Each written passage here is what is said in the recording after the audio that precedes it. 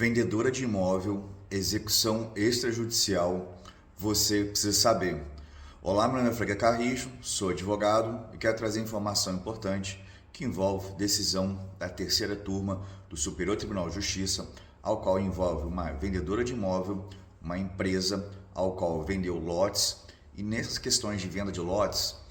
pessoas que adquiriram, uma delas ficou inadimplente, estava com dificuldade financeira e entrou com uma ação de rescisão de contrato para querer a rescisão do contrato e restituição de valores que pagou durante um determinado período, e no processo foi durante 2 anos. Infelizmente, as pessoas que adquiriram o imóvel não conseguiram continuar com o compromisso de pagar o financiamento, então acionaram a justiça. E o que chegou ao STJ para chegar a uma decisão muito importante, que apesar de não ser citada, entendo que o STJ entendeu que houve um abuso de direito da vendedora de imóvel em relação à execução extrajudicial. Execução extrajudicial envolve quando a parte tem um contrato que tem força executiva ou um documento com força executiva, como um cheque, nota promissória, um contrato de compra e venda assinado com 2 testemunhas,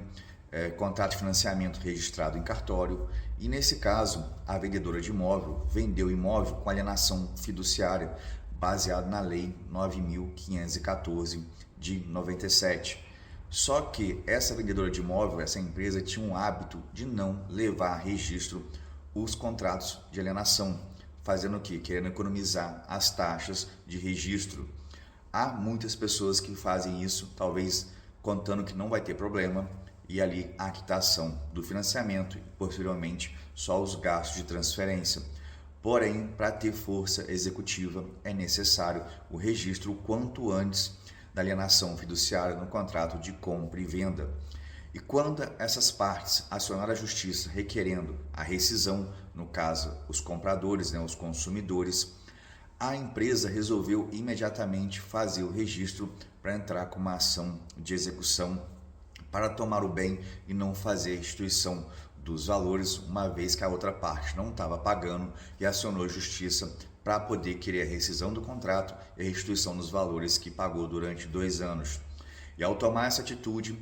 o processo seguiu e foi até o STJ, que é a terceira turma do Tribunal Superior de Justiça, e entendeu que a atitude da vendedora de imóvel era uma atitude que contraria a boa-fé, aplicou o Instituto da Supressão e, no caso, não entendeu como válida a atitude da empresa, ao qual registrou o contrato bem após a situação da ação de rescisão contratual, mostrando assim, apesar de não citar no processo, um abuso de direito. Quando você tem um direito de fazer o ato, no caso de registrar o contrato, é o direito da parte que alienou o bem,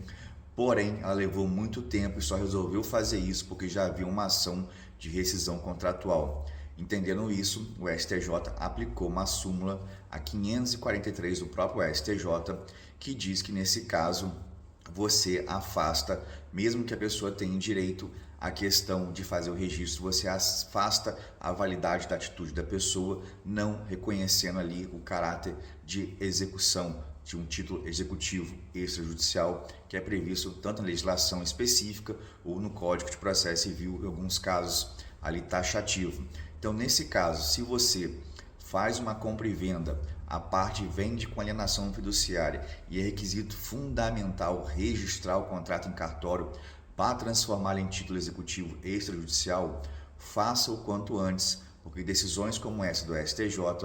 podem dificultar você a receber o seu direito no caso de executar o contrato. A execução extrajudicial é uma maneira de você cobrar muito mais rápido, muito mais celere e muito mais barato a parte que é inadimplente numa relação contratual, numa relação negocial. E para você se beneficiar disso, é importante sempre, quando houver necessidade, a legislação determinar, que você procure fazer o registro o quanto antes e não deixando só para fazer quando aconteceu uma situação como essa, que as partes tinham feito alienação fiduciária, porém a vendedora de imóvel não quis gastar dinheiro com registro, e quando a outra parte entrou com ação de rescisão de contrato, resolveu promover o registro, então entrar com a execução de título extrajudicial, configurando assim o abuso de direito, não respeitando os princípios da boa-fé.